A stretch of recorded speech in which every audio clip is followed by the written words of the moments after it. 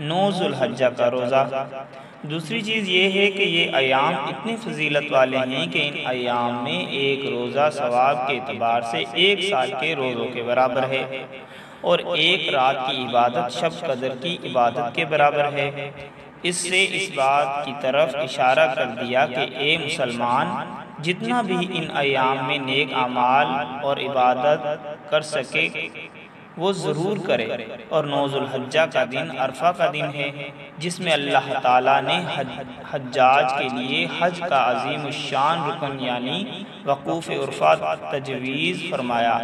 اور ہمارے لیے خاص اس 9ویں تاریخ کو نفلی روزہ مقرر فرمایا۔ اور اس روزے کے بارے میں نبی کریم صلی اللہ علیہ وآلہ وسلم نے ارشاد فرمایا کہ عرفہ کے دن جو شخص روزہ رکھے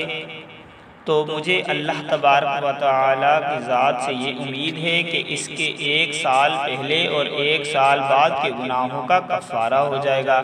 ابن ماجہ۔ یاد رکھیے، اس قسم کی تمام احادیث میں گناہوں سے مراد گناہ صغیرہ ہوتے ہیں، اور جہاں تک کبیرہ گناہوں کا تعلق ہے اس کے بارے میں قانون یہ ہے کہ بغیر توبہ کے معاف نہیں ہوتے۔ ویسے اللہ تعالیٰ اپنی رحمت سے کسی کے کبیرہ گناہ بغیر توبہ کے بخش دیں وہ الگ بات ہے،